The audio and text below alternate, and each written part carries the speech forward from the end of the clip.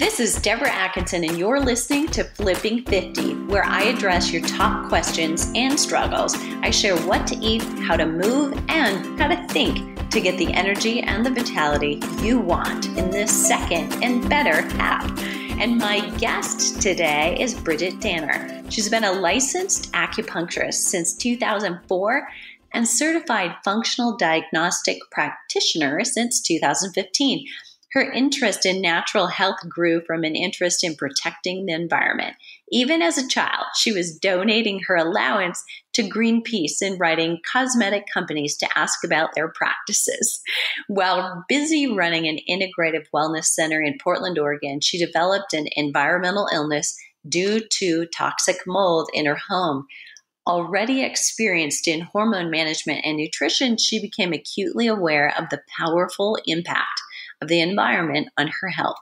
She and her family lost their house and everything in it to toxic mold. They moved 1,000 miles to the Arizona desert to heal. Bridget now educates about toxins and detox through her online community and coaches women on how to detoxify through a functional approach. Bridget, thanks so much for being here. Hi, Deborah. So happy to have you. I love your radio voice. You're a great speaker. This is my sexy radio voice, right? Yeah. Oh, yeah. Middle of the afternoon. Yeah. Little afternoon delight. Okay, I love it. You're really positive. I love it. Receive that compliment. Oh, God. Okay. Thank you. Now I'll be quiet. Okay. So this is going to be so much fun. So for listeners behind the scenes, Bridget and I kind of talked about this, and I know you can listen to a lot of information, and I am so honored that you're listening here, but we also want to make it fun for you to keep tuning in. So we played with this a little bit, and what I'm going to do today is play devil's advocate a little bit. So if you've ever wondered about detox, or you might be thinking, okay, really? Everybody and their sister has a detox, and you're wondering, is this trendy? Is this fad that will fade? Is this really for you? Then this podcast is definitely for you. So Bridget, during the course of our interview, is definitely going to share signs and symptoms of mold toxicity and talk a little bit about whether you need to detox, and if so, when, how often, how you do it. But before we dive into all of that, what I'd love, Bridget, is tell a little bit more about your story, because it actually sounds horrifying. Yeah, it was pretty horrifying, I'll be honest. Yeah, I think that toxic mold is becoming more and more in the radar of people, at least in our community, which is great. Toxic mold, there's lots of molds in nature, including toxic molds, but in a place like a forest, molds are all kind of kept in check.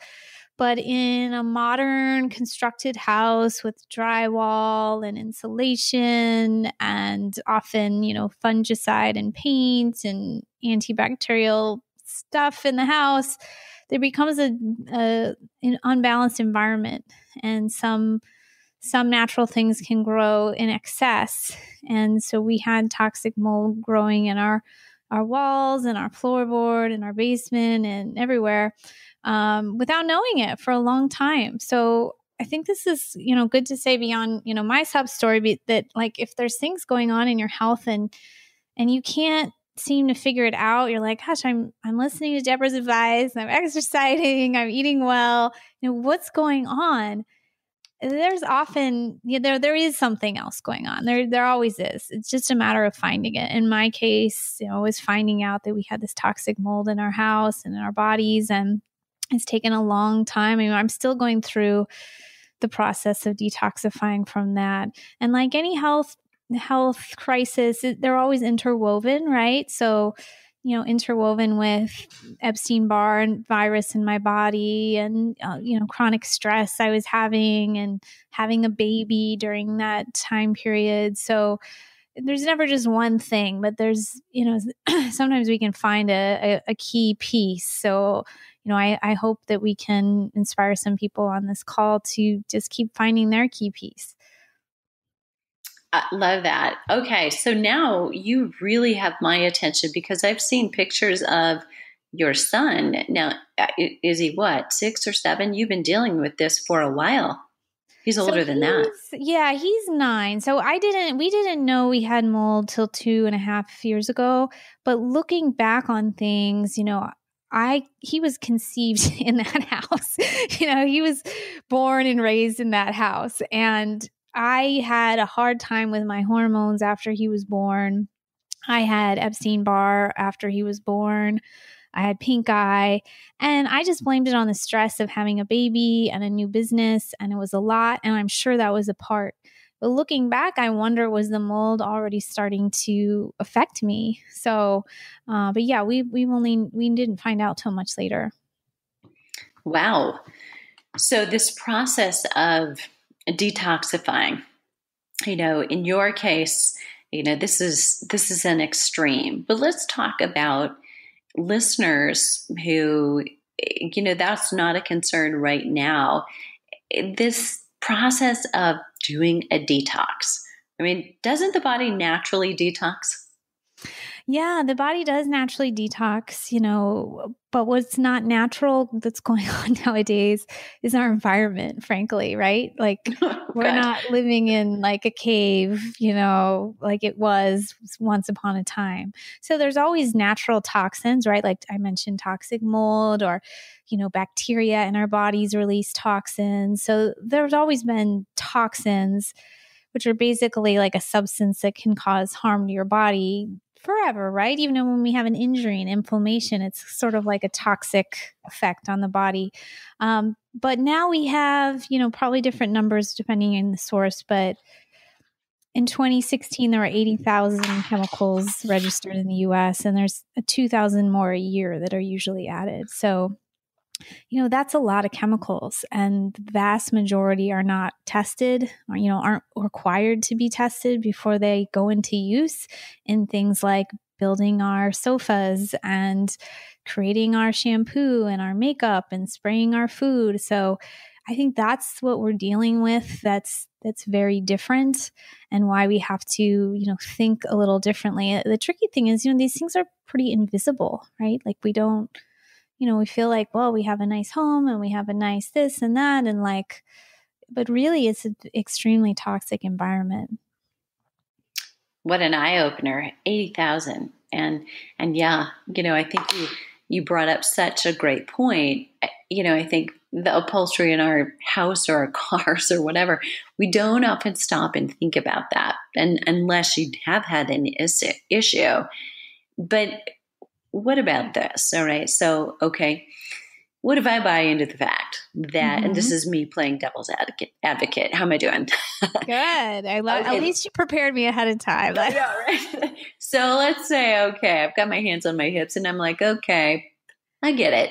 Our environment is toxic and yet it seems like everybody and her sister is offering a detox. Is there a difference, and what is the difference between a good detox and a bad detox or ineffective one? Yeah, I want to answer that question, but I also want to take it back a step forward because when you said you wanted to kind of ask me some of these questions, I just did a little like looking on Instagram, and you're right. Like it is all just like juices and whatever, and lose 5 pounds in a week. And I guess I just hadn't fully thought about that because it's certainly not my approach. The number one approach to detoxification should be avoidance. So that's number one. Yeah. And not many people are talking about that because it's not sexy. It won't make you lose 5 pounds in a week, but it's so essential, right? Because we can do a detox. I'll tell you more about some ideas I have on detox, diets or plans. But if you do that for a week or a day or whatever it is, and then you just go right back to all the same toxins, you didn't achieve much, right? It's still coming all right back at you the next day. So really like learning about plastics in your kitchen, learning about heavy metals in your makeup, being aware, could there be mold in my home or workplace? Am I in a sick building? These are things that aren't sexy, but they're important and they take education. And, luckily more and more people are chipping away at this and learning. People are using glass water bottles and, they're trying. So, but there's a lot to learn. So just keep learning. So we'll learn some things on this show.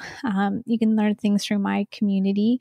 There's just great websites like the Environmental Working Group has a lot of information. So I would just say, be aware. Just because you can't see it doesn't mean it's not affecting you. So really think about your choices, with throwaway coffee cups, those are all lined in plastic and the lid is plastic. So when you drink that, you're drinking chemical compounds, and that's, not something, something you want to think about when you're enjoying your latte, but just start to think about it and like, hey, could I bring, I try to bring like a mug and a water bottle when I travel. And occasionally I forget to bring my mug or something, but just try to think, okay, could I do some things a little differently to avoid toxins and all these different little touch points throughout my day? I love that. It's so funny. I just last weekend was at a business meeting, and in our little goodie bag, when they greeted us, they gave us a great, water bottle and a mug. And I was like, oh my God, this is so smart. I love you. Yeah, because you do forget sometimes. I mean, this isn't about like guilt tripping people or anything like that. Because I think that's the last thing we want to do is say, well, everything's bad for you. I just can't do anything right. Leave me alone. Like that's not what we're trying to create here. And I don't want to avoid your question about doing detoxes. So let me get into that. So it's funny, I have a new supplement shop online, and we don't even really have yet like just a detox kit that you can do. When I thought about that, I was like, interesting. We have 3 different gut cleanse kits. That's actually kind of where I started because the gut is so important. Mm-hmm. And I would say the best detox is a daily detox, Deborah. Like, what are you doing every single day to support your body's detoxification pathways? So already today, this is just a normal work day for me, but I dry brushed my skin this morning. I went on a walk. I made a cilantro lemon spinach juice. And I'm doing stuff already to just support, like you said, my body's natural ability to detoxify. So I'm helping it out by moving some lymph, by, supporting my liver with the nutrition it needs. So you don't have to, go crazy every day, but just do a little something. I know you got a sauna recently, using that sauna every day or a few times a week is a great way to support detoxification. It's just helping your body out from a job that it has that is likely gotten too big for it. Yeah. So I love that. It's already on overload. So you're just like, you're giving it the booster. Right? Just like you would your internet or your phone. Yeah, give it a boost. And then, there's certainly a lot more we could talk about, but I'll leave it. Oh, you asked what a bad detox is. Yeah. Right? Okay. I like that question. So I would say if you're doing something, that's off the internet, that's like a mystery powder or pill saying, lose 10 pounds in 2 weeks, that would be my first warning sign. So if it's unsupervised, not, sold by a professional person, then I would say that's something to be avoided. That may be clear to people already, but you never know. You could be tempted, right? So true. That's number 1. Yeah. And then I want to get into the juice cleansing and fasting. I would say those aren't a fit for everyone. We do need protein as part of the detox process. So every cleanse I've led has always had protein at every meal, whether that's a protein powder or beans or meat. These foods aren't bad for you. So I think I want to myth bust that you have to be starving or only having juice to detoxify. That's not true. There may be some people who are hardy and can, do a supervised juice cleanse or do more fasting. And that's fine, but I don't think that like really drastic things. I feel like people always ask me about like the master cleanse, which is what, like cayenne and lemonade, and it can help. It can help some things like resetting your insulin and that kind of a thing. But I recently tried to do a kind of a vegetarian, very minimal cleanse. And it was too much for me because I have all these mold toxins in my body. And, 4 days in, I had an all-day migraine, and I just can't do that stuff. and I do plenty to detox, and I just, that is not my cup of tea right now. So yeah, I would say know your body and your situation, and know, honestly, it doesn't have to be extreme. Like, again, all the detox, I used to lead some detoxes at my clinic, and we would eat protein, and still by the end of it, people are losing weight, people have more energy, people's skin is clearing up. It's just basically getting out all the junk, like, getting out the coffee and the alcohol and the processed foods, and then supporting the body with, some herbs and some nice things that just, again, like, help it do its job. And yeah, everyone did really well on that. I love that you said that, that the detox was too much for you and the migraine. And, I want to bring that to listeners' awareness that I think sometimes, we do totally, in alignment with what you said, feel like we should have to be miserable in order to actually be detoxing. And some people might be thinking, oh, well, this, migraine or these headaches, or this is a part of the process. I know that there are some places where that is the message, that you got to feel bad before you're going to feel good, kind of thing. So say a little bit about that. I mean, is that any of that true?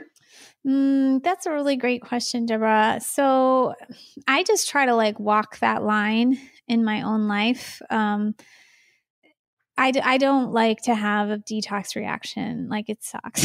It doesn't feel good. So I just really try to figure out what, where is too much for me. So if I'm taking a new supplement, or I'll give you an example of, I do some IV therapy to remove toxins. And if I do it with chelation, to help pull stuff out of my tissues, very sick for a day or two. Mm-hmm. But if I do a simpler one that's just using ozone and UV light, I don't feel sick, or very mildly. So I just needed to I need to dial it down so I don't get that extreme reaction. And then on a juice cleanse or whatever, I mean, basically I was having that reaction because I was dumping toxins and I couldn't keep up with it. So I was inflamed. And I don't think you can have that. Definitely in my groups, getting off caffeine would be a struggle for people, just because you can get headaches from the change. So we just ask people to go really slowly. If you need a few sips of organic coffee just to stave off that killer headache, it's okay. It's better to, I think, do something and get through the day than to just be miserable all day. So in short, I would say, no, you don't need to be miserable, but it can be a hard balance to find if you're really sick and you have trouble with detoxification. Some of my clients can barely be in a sauna, and I can be in a sauna for a long time. I've always been that way, even when I was the sickest. So it's just figuring out what's too much for you and then just taking it down a couple notches. So good. And the way you describe it is just so much more user-friendly, I think, than some images or whatever might come to your mind, listeners, when you're thinking detox. But somehow I'm not going to quite put this in the right terms. Maybe you can help me sort through this. But it feels like when you said, I kind of walk that line, knowing what I can tolerate. But really, it seems like you're really very nurturing in your approach to it and trying to avoid stress. So if you go so far the other way, you maybe, yes, detoxing, but you're going to stress your body. And, we're talking to women who are, late 40s through potentially 70s and, going through the hormone changes in their 50s for sure. They're already under a lot of stress. So not trying to overdo that because there's multiple things going on. Maybe the need for detox, the hormone imbalance, and whatever else may be at the moment true for them. But is that kind of the right way to be? Yes. Okay. Yeah, it's just a little bit of everything. There's no way in a 3-day or 2-week or whatever detox you're going to get everything out of your body. It's impossible.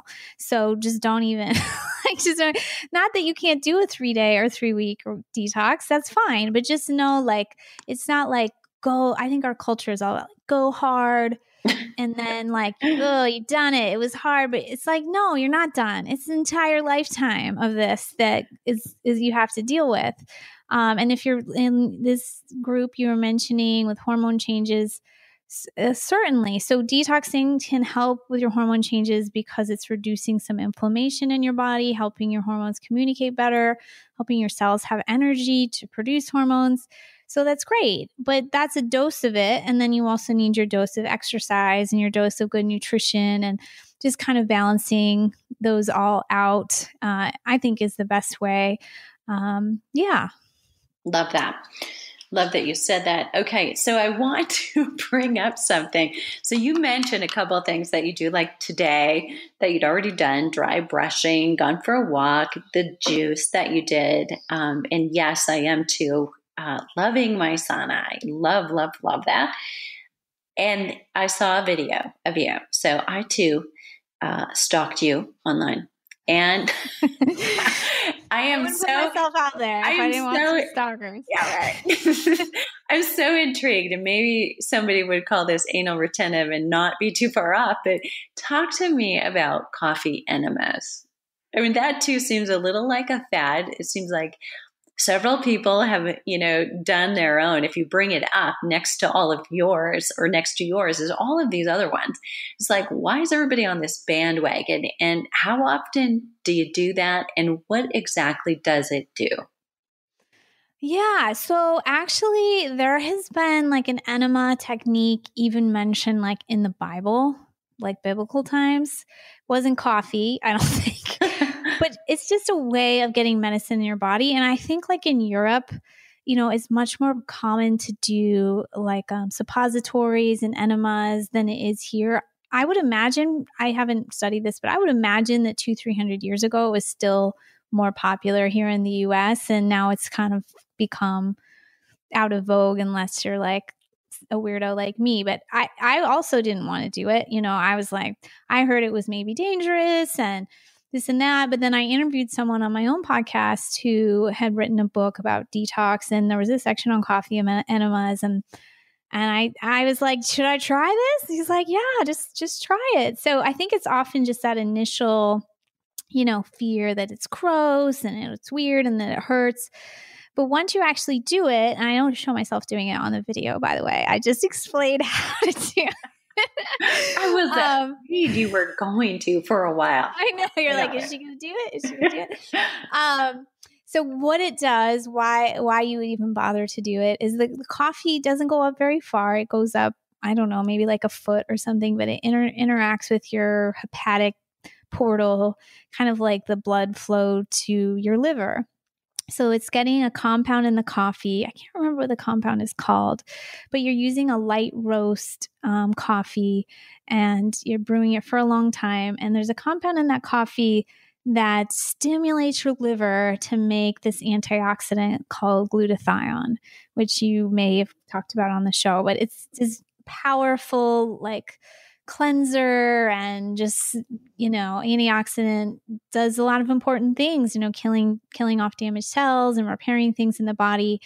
And when you're really chemically depleted, you often also have low glutathione as well. Again, it's like overworked, right? The liver is burdened. And so when you use a coffee enema, it just shoots those glutathione levels through the roof, and it exposes the blood that's passing through the liver to this increased glutathione production. So usually I try to do like 2 15-minute rounds of coffee enema. You just kind of hold the coffee in there. And then by the end, I just feel like Superwoman. It's amazing. So I was sold after that. It was great. Just tons of energy. And some people say, well, can't I just drink coffee? It's really a different thing, right? Because when you drink it, you're digesting it through your digestive system. So I don't drink coffee in real life. I'm pretty sensitive. So I think I get like a little bit of like a coffee buzz, but it's definitely a lot different, the way it makes me feel. It just makes me feel like I have the energy level that I wish I had. So yeah, I never would have done it if I hadn't been really health challenged and, talked to a friend who is an expert. And But then I'm a fan. And if someone's listening and, they are open to it and they do have their own, detoxification challenges, I think it's something you can consider. It's very affordable. I think it's very effective as well. I'm so glad that you detailed that. But so tell me, how often do you do it? Nowadays, I usually just do it once a week. It's time consuming, so I don't really, and you have to do it in the morning usually, so I don't really have time. Here's something weird that's happening though. Like, I've never had a bad reaction from a coffee enema until just recently when I started this UV therapy I'm doing for my, now it's like when I do a coffee enema, I'm dumping too much toxin. So I think I have to take a break on it for a while. So again, everybody's different. So I think when I do this ozone UV therapy on my blood, supposedly it keeps working within your body for weeks. And I think I'm just, already detoxing a lot without knowing it every day. And then when I add the coffee enema, it's too much. So it sucks because I got used to doing it and I like doing it now. But I think, I just have to listen to my body, and right now isn't the time. Yeah, exactly what I was going to say. Such a great example of listening, that things will change from time to time. I love that. And then I have to tell listeners that on the video, when you're doing it, you mentioned that sometimes you and your husband will do it like together or at the same time. I'm like, that is bonding. Not in the same bathroom, though, in a different part of the house. He never really stuck with it. He did it maybe, I don't know, 4-6 times, but I really stuck with it. I like it. Again, it's preference. Like, he likes to do colonics, and I did not stick with those. I did not like it, but I really like doing the coffee enema. Nice. Love that.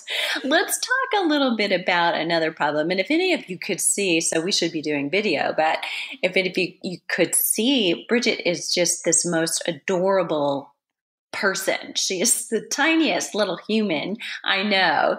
And, so you don't need to be talking about this. I don't know if you ever have needed it, but toxins can interfere with weight loss.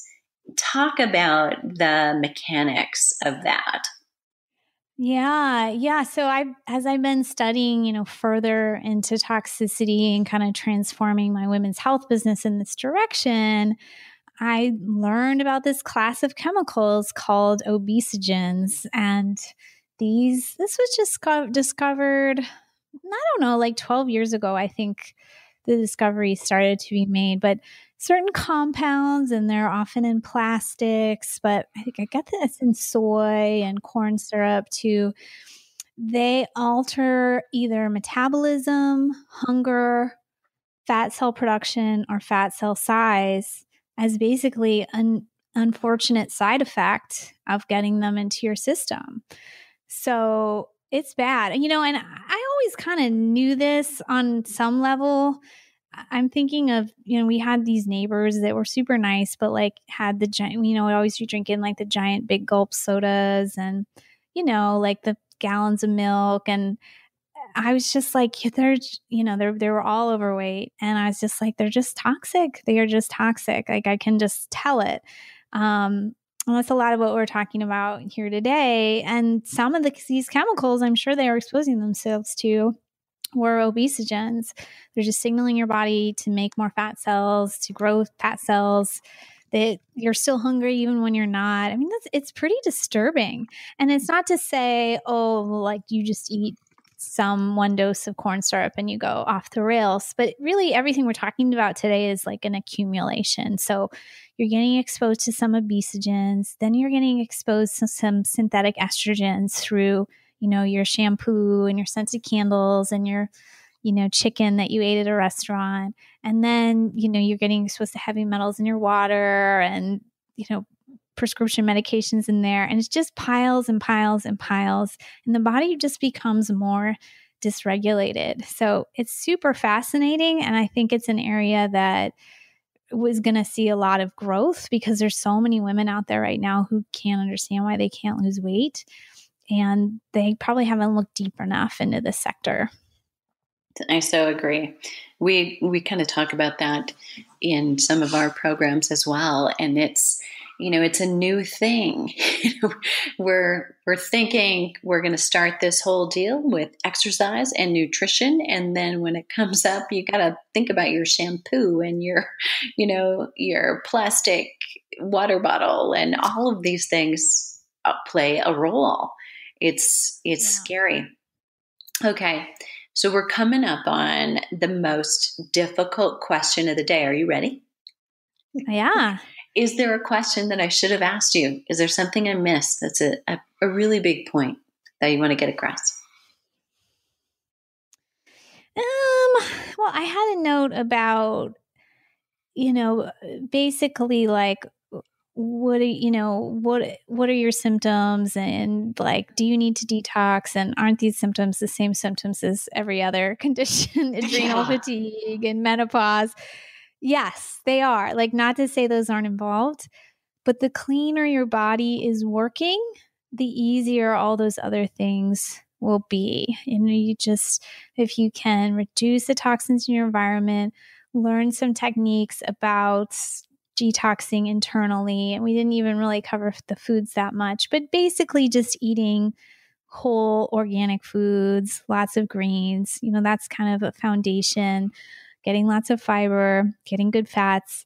That when you do those things, it just takes the burden off, and suddenly you are having more energy, or the hot flashes aren't coming as frequently. So I do think they're an important piece in the puzzle to start looking at, because I find that my ladies that come, they're often like so focused on the hormones, or so focused maybe when they come to you on the workout.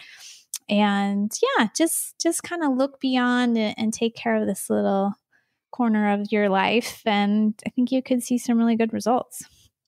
Nice. I love that. Okay. And for everyone else who's loved all the little tidbits that you've shared today, where can they get more Bridget? Yeah. So you can go to bridgetdanner.com. My name is spelled a little funny, but we'll have it in the notes for you. It's BRIDGITDANNER. And there's a free 5-day detox on there where I teach you, my little morning detox routine. We have tons of fun stuff coming up. I'm making a new free gift soon about like a detox your home guide. So yeah, we'd love for you to learn with us. And we're super excited to be, kind of leading the charge on some of these resources. Fantastic. Thanks so much, Bridget, for being here and sharing all your wisdom. Thank you. It's so fun. Hey, and listeners, if there's a question that I missed that you have and want to ask, leave it below the show link at flipping50.com. I love hearing from you, and I know Bridget will want to connect. If this episode was helpful, please leave us a rating in iTunes. It really helps. And then share it with a friend. Surround yourself with a supportive community of women on the same journey. To get the most from this week's episode, check out today's show notes at flipping50.com/podcast, where you'll find the juicy links to reach Bridget, not just at her website, but on her social media accounts. And let's start Flipping 50 together.